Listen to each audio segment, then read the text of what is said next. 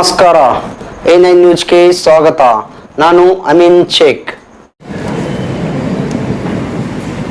الله تعالى في القرآن المجيد والفرقان الحميد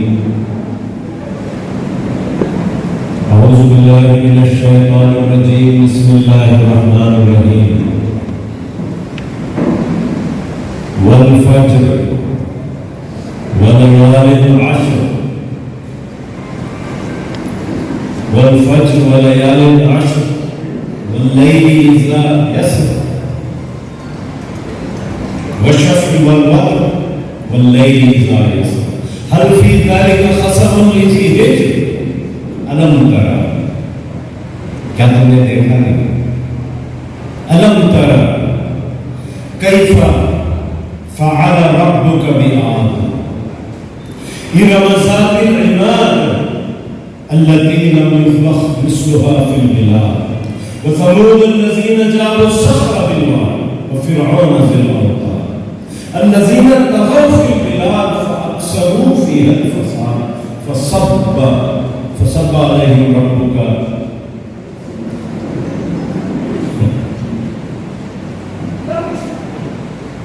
الذين طغوا في البلاد فأكثروا فيها الفساد فصب عليهم ربك سوط عذاب إن ربك لبالمرصاد فأما الإنسان إذا ما ابتلاه ربه فأكرمه ونعمه فيقول مجبور جوانی تجھے اللہ نہ بخشے، پتلا تو سلامت ہے مگر جان نہیں ہے.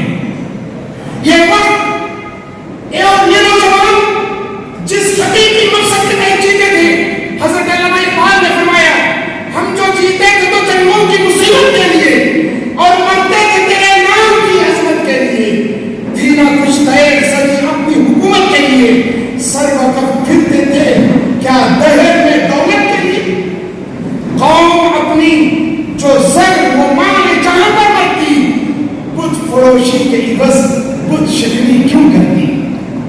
تن میں سکتے تھے اگر جن میں آ جاتے تھے، پاؤں شیروں کے میدان سے اٹھ جاتے تھے. تجھ سے سرکش ہوا کوئی تو بگڑ جاتے تھے. تو کیا چیز ہے، طے کیا چیز ہے، ہم دوب سے لڑ جاتے تھے.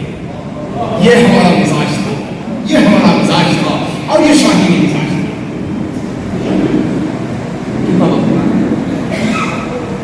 آئیے میں آپ کو، آپ کے علم و فکر کو کچھ ایسے نوجوانوں کی زندگیوں کی سیر کراؤں جنہوں نے اس زمین پر وہ عظیم الشان کام انجام دیے، جن کی تاریخ پڑھتے ہوئے ہمارے دل کبھی رب کے شکر کے جذبے سے آباد ہوتی ہیں کہ یہ ہمارے اسلاف ہیں. پھر تو آبا وہ تمہارے ہی مگر تم کیا ہو، ہاتھ پر ہاتھ کرے منتظر فردا. یہ ریکوائرمنٹ ہے زمانے کا کہ ان کے اور ہمارے درمیان جو ڈسٹنکٹ لائن ہے اس کا اندازہ لگایا جائے، اس کا تجزیہ کیا جائے. بنو امیہ کے ایک نوجوان عبد الرحمن اول، جن کو بال جبریل میں حضرت علامہ اقبال نے سرزمین اندلس کا تذکرہ کرتے ہوئے فرمایا عبد الرحمن اول کا کھجور کا بویا ہوا پہلا درخت سرزمین اندلس میں. اور آپ نے ایک زبردست نظم لکھی، اس میں آپ نے عبد الرحمن اول کے اسپین کی اندلس کی سرزمین میں کارناموں کا تذکرہ کیا. احمد شاہدانی کا معاملہ ہو، مروان بن قیس کا معاملہ ہو،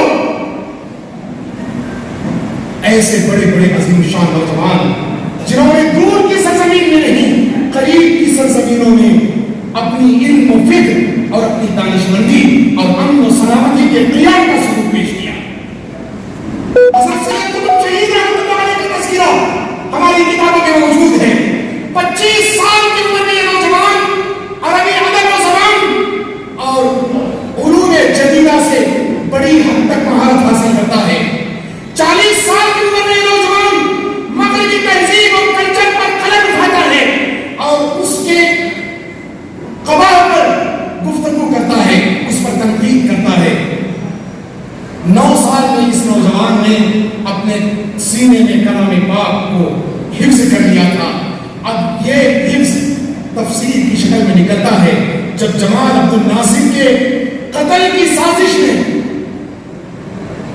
الاخوان کو لعنت کا نشانہ بنایا گیا، ملامت کا نشانہ بنایا گیا، اور پھر اخوانی بھائیوں کے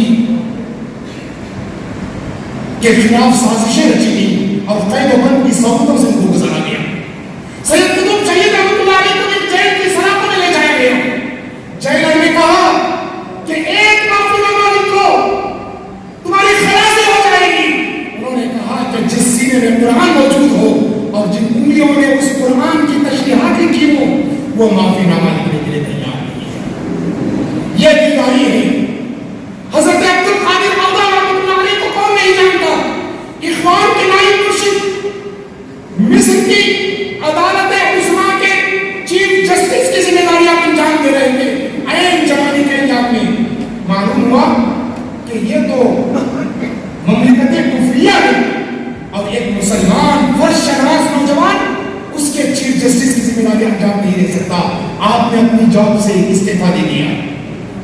عین زمانے کی حالت میں آپ نے کرمنل کوڈ آف اسلام پر التشریع الجنائی الاسلامی کے نام سے کتاب لکھی۔ اس کتاب کو ایوارڈ کے لیے منتخب کیا گیا۔ حکومت کے تاریخ پہنچے، کہنے لگے کہ عبد القادر آپ کی کتاب میں دو جملے ہیں، ان دو جملوں کو ہٹا دیجئے، ہم اس کتاب کو ملکی سطح پر ایوارڈ یافتہ کتاب قرار دیں گے۔ پوچھا کہ کون سے جملے ہیں؟ فرمایا گیا پہلا جملہ یہ ہے کہ حاکم چھوٹا ہے اور حکم ربانی بڑا ہے، اسے بدل کر آپ یہ لکھ دو کہ حکم چھوٹا ہے اور حاکم بڑا ہے۔ پوچھا دوسرا جملہ کون سا ہے؟ کہنے لگے کہ دوسرا جملہ یہ ہے کہ اسلام موروثی بادشاہت کا قائل ہے، جبکہ اسلام اس کا قائل نہیں ہے۔ حضرت عبد القادر نے فرمایا تمہارا یہ ایوارڈ میرے پیروں پر، مجھے ہرگز یہ سودا منظور نہیں ہے۔ حکومت نے اپنی ناراضی کا اظہار یوں کیا کہ آپ کے حق میں پھانسی کی سزا سنائی گئی۔ جب پھانسی دینے والے آپ کو پکڑ کر لے جا رہے تھے اس وقت آپ نے اپنے ہاتھوں کو ان سے چھڑایا، زور سے چلنے لگے اور اعلان کر رہے تھے کہ لوگوں میری یہ پھانسی ایک وقت ایوان باطلہ کے لیے پوری خبر ثابت ہوگی، اور ایسا ہی ہوا اور آتی ہوئی دنیا میں یہ سب کچھ ہو کر رہے ہیں۔ لہذا ضرورت اس بات کی ہے کہ امن و سلامتی اور عدل و انصاف کے لیے ہم اپنے ضمیر فروشی کا کام نہ کریں، اپنے ضمیر کا سامنا نہ کریں۔ باطل کے اعتبار سے ہم مستحق اس لیے نہ بنے کہ ہم اپنے اقدار اور ویلیوز میں کمپرومائز کر رہے ہیں۔ ہمارا رویہ یہ ہو کہ ہمارے اندر شاہینی مزاج ہو، مجاہدانہ طرز زندگی ہو، ہمارا عمل ہمیں جنت کی سیر کرانے والا عمل ہو۔ یہی مطالبہ ہے۔ جب یہ کام ہوں گے تو امن و سلامتی کا قیام بھی ہوگا، امن و سلامتی کی بقا بھی ہوگی، عدل و انصاف قائم بھی ہوگا۔ شب گریزاں ہو کہ آخر جلوہ خورشید سے یہ چمن معمور ہوگا نغمہ توحید سے۔ اقول قولی هذا واستغفر الله لي ولكم ولسائر المسلمين فاستغفروه انه هو الغفور الرحيم واخر دعوانا ان الحمد لله رب العالمين۔ یہ تھے انجینئر ممتاز منصوری صاحب۔ ابھی ابھی صبح ان کے والد صاحب کے ساتھ ایک حادثہ ہوا ہے، وہ گھر پر بیٹھے تھے کہ اچانک گر گئے، جس کی وجہ سے انہیں ہاسپٹلائز کیا گیا، ہوش نہیں تھی کہ سید ممتاز منصوری صاحب کے والد محترم کو اللہ تبارک و تعالیٰ صحت کاملہ سے نوازے تاکہ ایسے پروگرام کی سایہ ضرورت ہے۔ تو عزیز ساتھیوں، یہ سب مقامی جو صدر ہیں ہمارے ڈسٹرکٹ کے جناب اکبر مکندار صاحب، تعلیموں کے صدر سوڈیلٹی کے، میں ان کو اسٹیج پر دعوت دے رہا ہوں کہ صاحب باگیواڑی کے وہ بھی اسٹیج پر تشریف لائیں، نور عین خان مدیریان سے وہ بھی اسٹیج پر تشریف لائیں، محمد رفیق ساکھاڑ ورڈگی سے۔ کے لیے کیسے استعمال کیا جا سکتا ہے اس پر چند باتیں آپ کے گوشے گزار کروں۔ آج ضرورت اس بات کی ہے کہ نوجوانوں کو سماج سے قریب کیا جائے،